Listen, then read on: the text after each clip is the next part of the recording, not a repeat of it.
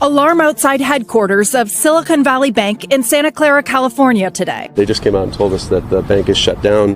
SVB, the 16th largest bank in the U.S. with $175 billion in deposits, is now the biggest American bank to fail since the 2008 financial crisis. Its customers are primarily businesses and investors in the tech sector. Earlier this week, SVB disclosed it took a loss on the sale of bonds due to rising interest rates and announced it would sell shares to shore up its balance sheet.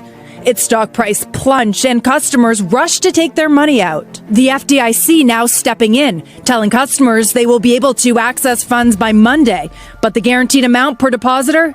$250,000. A heart-stopping moment of this bank is done. Ashley Trunier is the CEO of healthcare startup Farmbox RX. Unable to access her money today, she fears she could be out more than $10 million. $250,000 isn't a ton of money to us when you're talking of 8 figures that's in the bank currently. Concern over today's collapse of SVB drove Wall Street lower. The banking sector alone down more than 4%. Treasury Secretary Janet Yellen. There are recent developments that concern a few banks that I'm monitoring very carefully. The immediate concern? The cash-burning startups who have millions in SVB and may not be able to access the money they need to pay bills or make payroll.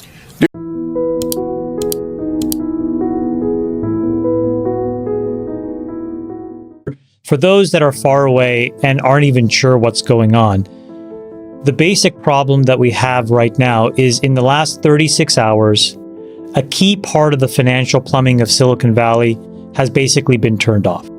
And as a result, billions of dollars of deposits have basically been frozen. It means that people can't pay their bills. It means that people can't access their deposits. It means that credit lines could be in default. It means that payroll can't be met. And so as a result, we have this potential contagion on our hands. But in order to understand it and unpack it, I think it's important to explain exactly how this came to pass. So let me just hand the ball to Freeberg and then we can talk about some of the implications, of which there are many. Yeah, before Freeberg starts with the why, just the what that's happened as well. This all started on Wednesday evening when Silicon Valley Bank's CEO published a letter to shareholders announcing that the bank was rebalancing its balance sheet by selling tens of billions of dollars worth of mostly U.S. treasuries. And then they announced they would raise some money and sell some shares in Silicon Valley Bank. Then the shares in Silicon Valley Bank as a publicly traded entity dropped 60% on Thursday, then another 60% on Friday. Of course, then the entire world got focused on this, and then every venture capitalist started telling, or I would say the overwhelming majority of venture capitalists told their founders to get their money out of SVB. Then you had a classic run on the bank. A small number of venture capitalists gave advice to say, hey, we should support Silicon Valley Bank. I understand that, but it turned out to be really bad advice. And then trading was halted on Friday morning pending news. And then finally, the FDIC shut down Silicon Valley Bank at noon on Friday. And there's a lot of speculation of what will happen on over the weekend. But maybe you could walk us through technically what happened to Silicon Valley Bank and why they had this cash shortfall. And this, we explained the run on the bank, basically, but what led up to this? The irony is, it really was and is, prior to the quote run, a financially solvent business. So I have a few slides. If you're on YouTube, you can see it, that we pulled one slide that was kind of made by us and the other set that come from Silicon Valley Bank's actual presentations. But if you look at their balance sheet, this is from the end of the year 2022, you can kind of look at the stuff that they owe, their liabilities, which is what they owe their customers that sits in deposits. Because when customers give you cash in a deposit, you owe them that money back. So that sits as a liability. And then they had some other debt. So in total, Silicon Valley Bank at the end of the year had about $195 billion in liabilities, $173 billion of customer deposits that they owe to customers and $22 billion of other debt. And then they take those customer deposits and they invest it in a number of securities. And the way that a balance sheet business like this bank would operate is, the customers have access to their cash anytime they want. But in order for the bank to make money, they make longer duration investments.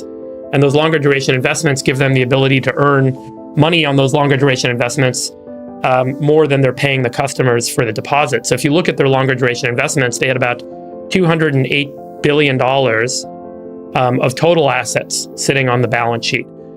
So compare that to the 195 billion that they owe customers and other debt holders. So, the difference here between 208 and 195 is about $13 billion. That's kind of the net, what people would call book value of Silicon Valley Bank at the end of the year.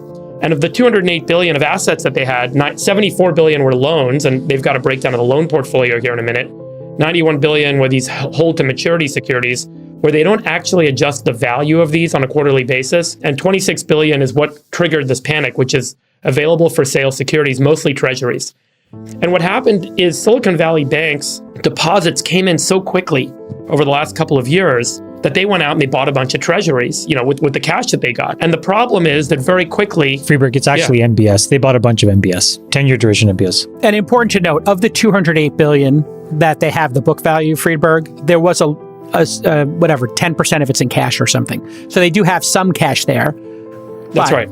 Yeah, sorry, it's a good point. If you go back, so let's say that of the 173 billion of customer deposits, they've got 14 billion of cash, and then they've got all these treasury securities they can sell, call it 40 billion. So if 25% of customers said tomorrow, hey, we want our cash back, theoretically, they could just dump those treasury securities, distribute the cash, and give it all back to customers. The problem is if suddenly more than 25% want to get their cash back, well, now they have a problem. And that is effectively what triggers the run on the bank. As soon as some folks think that others might be pulling money out, then everyone rushes to be the first money out the door. And that's what triggers a classic run on the bank. There's a statistic, I think, in the 1920s, there were several hundred banks that had runs every year for almost the entire decade. And this was like a regular kind of occurrence that happened in the 1920s that ushered in a lot of our modern securities laws that are meant to kind of create the necessary liquidity provisions in how these banks are able to operate to make cash available to customers. But what happened is... So much so, by the way, Friedberg, that they made a movie, It's a Wonderful Life, about a bank run. So basically, one of the bigger problems that Silicon Valley Bank, they ran into two big problems. Number one is deposit decline, where VCs were not investing new money. And when they were not investing new money and startups were burning more money than Silicon Valley had modeled they would be burning, because they thought everyone was going to reduce spend and reduce burn, and they didn't. So deposits were going down while all these startups were burning money. No VCs were investing. So total deposits were on the decline. Meanwhile, their bond portfolio, the assets that they hold on the balance sheet, also declined in value. And I kind of just put a really simple illustration here on why. If you have a $100 kind of face value bond that earns 2%, which is basically where these treasuries were a year ago, and you hold that for 10 years, that 10-year bond yields $122. If the interest rate goes up to 5%, then that bond should yield $163. So the value of the first bond actually goes down by 25% because of the market conditions. That's how significant the value changes with just a 3% change in the interest rates. And that's effectively what happened with that available for security segment of the Silicon Valley Bank portfolio balance sheet. They had this bond portfolio that suddenly got devalued, and they had declining deposits. So when deposits start to decline, you got to make sure you have enough assets sitting on the balance sheet. So they sold a bunch of them, said we're going to raise more money. And at that point, everyone kind of perked their head up and said, oh my gosh. What's crazy is in Q4, by the way, Seeking Alpha, this website you guys know, they had actually done an analysis and said, is SVB about to blow up? And they put together a bunch of slides that highlighted why this might be the case, because they saw that deposits were declining, that their assets that they hold were basically declining in value because of the massive and very quick rise in interest rates, and that SVB had bought a bunch of bonds that were long durated bonds. So it led to obviously a real short-term problem. If you look at the rest of SVB's loan portfolio, there's also a question of how distressed that all is. So 10% of their $70 billion plus of loans is in venture debt. And venture debt is very questionable in this market, right? Because historically, the way venture debt makes money is that they assume that VCs are going to keep funding the companies that they're providing debt to. And if the VCs stop funding the companies, then the venture debt defaults. And so if you go to the last slide in this deck, you'll kind of see SVB's performance on their venture debt portfolio. Yeah, so look at this. This is the performance results on just the warrants that they get on their venture debt. So when you issue venture debt, you take a write down or you get paid back. And then you also get some warrants. You get a right to buy shares in the winners, in the startups that work. And so the way that SVB's made money on their venture debt portfolio historically is hopefully they get paid back on all their loans. Some of them they don't. but then they'll make a bunch of money on selling their warrants or the companies going public or getting bought. And in Q4 of 2022, it just fell off a cliff, and their venture debt portfolio really started to show distress, and that's 10%. Are these realized gains or these are mark-to-market gains? This is the net gains on their warrants. So they don't mark-to-market warrants. I think this is what they actually exercised and got out. So there was obviously a ton of exits in 2021. So they made $560 million in profit on their warrants that they had in their venture debt portfolio in 2021. That number collapsed to 148 in 2022. And you better believe most of that was in the early part of 2022. So, they didn't do a quarterly breakdown on this. This was like their full year numbers. But their venture debt portfolio, which is another $7 billion of capital, also distressed. Certainly wasn't going to perform as everyone had modeled. So when you kind of start to add this all up, and remember, if you go back to the beginning, they only had $15 billion of true net book value, which is the difference between their assets and their liabilities. And so if you really start to adjust, what are those assets really worth? Are they really worth what they're holding them at the book at? And if people start to pull money out and you got to sell them at a distressed price in order to give people their cash that they're owed on deposits, that's when you have a classic run on the bank problem. And then everyone tries to be the first out the door.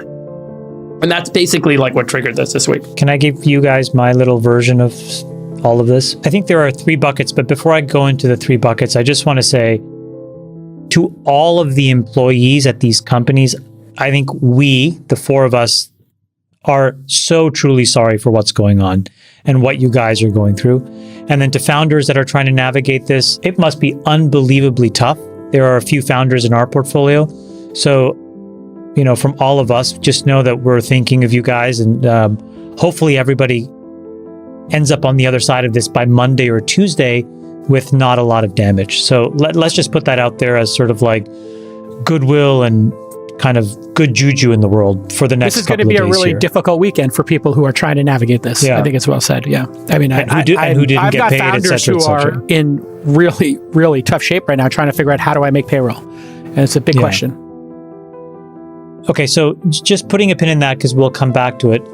I think that this whole debacle, I guess is maybe the best word, there's a little bit of blame that you can put at the feet of 3 different groups of actors. And I just want to get your guys' reaction to this. So group number 1, and Freeberg just mentioned this, is we, the 4 of us, have been talking for the last 18 months about the impact of rising rates.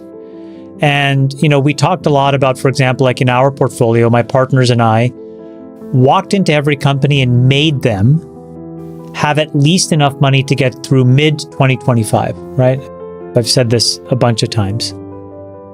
And so that was about having very difficult conversations about making sure that you were husbanding cash so that you had enough to weather any storm that came on the horizon.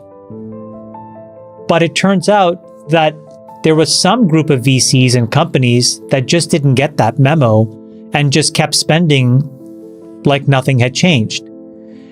But when other VCs have stopped giving you money and you're continuing to spend like it was 2020, that's what caused this mismatch. And it was really the spark that lit the fuse. So I think it's a really sad commentary at some level about the lack of governance that we have inside of some of these companies, where folks are just not doing the job that they're supposed to at these board levels.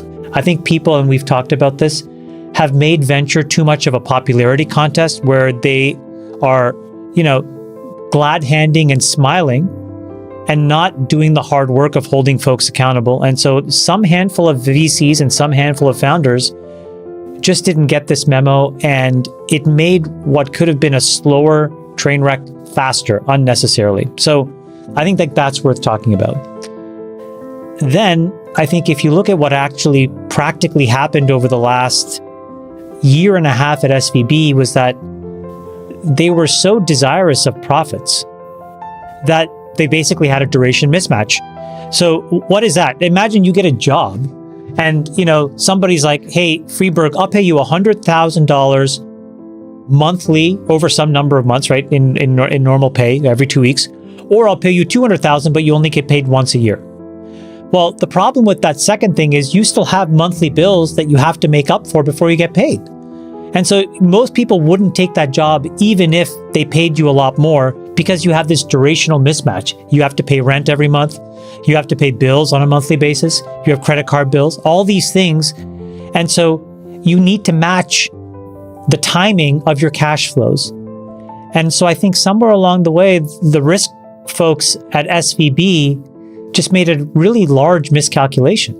They basically went and bought 10-year risk in order to pay back money that could be called on a daily or weekly basis. That, obviously in hindsight, was not a good idea. But more importantly, Chamath, they didn't adjust fast enough. Well, they can't because they have these mark-to-market assets that were just getting clobbered in the head as rates got raised. And then the third thing is around regulators. You know, after the great financial crisis, we went through a period where there was hundreds of bank failures. And then for the last decade, they've been virtually none, right? They've been like a few here or there. And the last one was just during COVID. And so the regulators, I think, have done a really good job with Dodd-Frank and all of these other things to clean up the banking laws and the reporting requirements and the capital structures so that runs on banks are more and more infrequent.